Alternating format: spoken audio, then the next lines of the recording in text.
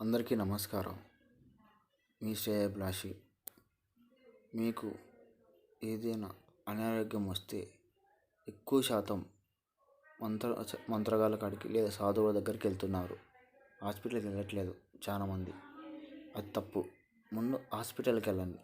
హాస్పిటల్కి వెళ్ళి మీ యొక్క ఆరోగ్యం చెకప్ చేయించుకోండి.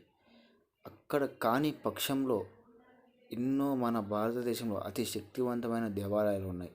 అక్కడికి వెళ్ళి ప్రదక్షిణ చేసి 2 చేతులు పైకెత్తి దేవుణ్ణి మొక్కి మీ యొక్క బాధను డైరెక్ట్గా మనుషులతో ఏ విధంగా మాట్లాడతారో ఆ విధంగా దేవులతో మాట్లాడి అతను చెప్పి ఆయన పాదాల దగ్గర మీ యొక్క బాధను పెట్టి ఇంటికి వెళ్ళండి. తీరుస్తాడు. ఖచ్చితంగా నమ్మకంతో వెళ్ళండి. అంతేకాని ఏ సాధువు దగ్గరకు ఏ మంత్రగాల దగ్గర ఎక్కడికి వెళ్ళొద్దు. పోతే హాస్పిటల్కి వెళ్ళి లేకుంటే బాకాని గుడికి వెళ్ళండి. అంతేకాని ఎవరి దగ్గరికి వెళ్ళొద్దు. ఏమి చేయొద్దు. ఏం ఆశించద్దు. ఊరికే ధనం వేస్ట్ చేసుకుంటున్నారు. ఎవరి దగ్గరికి వెళ్ళవద్దు. డబ్బులు తింటారు. ఎవరు లేరు. ఆది అంతంలో ఉన్నటువంటి ఏది శూన్యమే. మిగతాదంతా వాళ్ళు లేకుండా మీరు చేస్తే మొత్తం జగత్ మొత్తం ఆదిశక్తి అమ్మవారి నుండి జన్మించింది.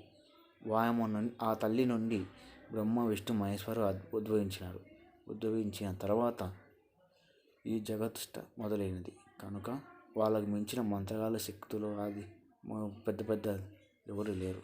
సనాతన ధర్మంలో వీళ్ళ ముగ్గురే మనకు ఆదర్శం. మీ యొక్క సమస్య ఇంకా తీరనైతే ముందుగా ఆంజనేయ స్వామి గుడికైనా వెళ్ళి ఆయన చుట్టూ ప్రదక్షిణ చేసి మీ బాధలు ఆయన దగ్గర పెట్టిరండి. ఆయన చిరంజీవి దీవిస్తాడు. బ్రహ్మదేవుడు చెప్పినట్టు పుట్టుకొకడు చెట్టుకొకడు సాధువులు పుట్టుకొచ్చి డబ్బులు తింటారని చెప్పారు. అంతే. ఏ సాధువు దగ్గర ఏ మంత్రగాని కాడ ఏమీ లేదు. ఎవరి దగ్గరికి వెళ్ళొద్దు. మీ యొక్క శక్తిని మీరు దుర్వినియోగం చేస్తున్నారు. 10 మందికి అన్నదానం చేయండి. 10 మందికి సాయం చేయండి. ఆ కష్టాన్ని పుణ్యఫలంగా దేవుడే మార్చి మీ యొక్క బాధ తొలగించి మీ దగ్గరికి ఆయనే తరలి వచ్చి మీ కష్టాలు తీరుస్తాడు. అంతేకాని ఏం చేయకుండా పెట్టకుండా రావాలంటే ఎప్పటికీ రాదు. 10 మందికి ఉపయోగపడండి. ఆ దేవుడు మీకే మీ దగ్గరే ఉండి మిమ్మల్ని కాపాడతాడు. అల్లబయ్య.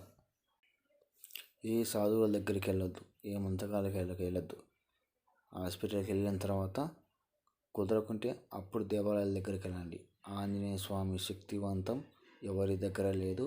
ఏ దుష్ట శక్తి కూడా ఆపలేదు. ఒకవేళ మీ మీద అనుమానం ఉంటే. అంతేకాని డబ్బులు వృధా చేయరాదు. వృధా చేసుకోవద్దు. బంగారు భవిష్యత్తు మీది.